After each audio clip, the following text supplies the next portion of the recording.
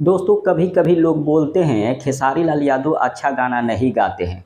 लेकिन कभी कभी खेसारी लाल यादव ऐसा गाना गा देते हैं जिससे लोग सोचने पर मजबूर हो जाते हैं। जी हाँ दोस्तों, खेसारी लाल यादव जी का 2024 में 4 देवी गीत रिलीज किया गया है, जिसमें 2 देवी गीत ऐसा खेसारी लाल यादव गा दिए हैं कि लोग सोचने पर मजबूर हो गए हैं। जी हाँ दोस्तों, आपको बता दें 4 देवी गीत में देखा जाए तो पहला उतना अच्छा नहीं था, दूसरा भी उतना अच्छा नहीं था। लेकिन तीसरा और चौथा जो देवी गीत खेसारी लाल यादव का आया, एकदम मन खुश हो गया।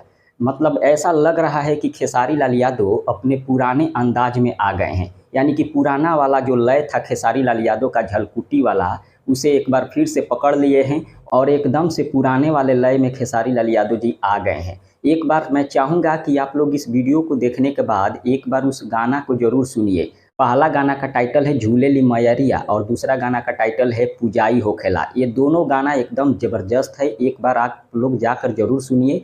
एक खेसारी म्यूजिक वर्ल्ड से रिलीज किया गया है और दूसरा वेस्ट भोजपुरी से रिलीज किया गया है। काफ़ी कमाल का गाना है।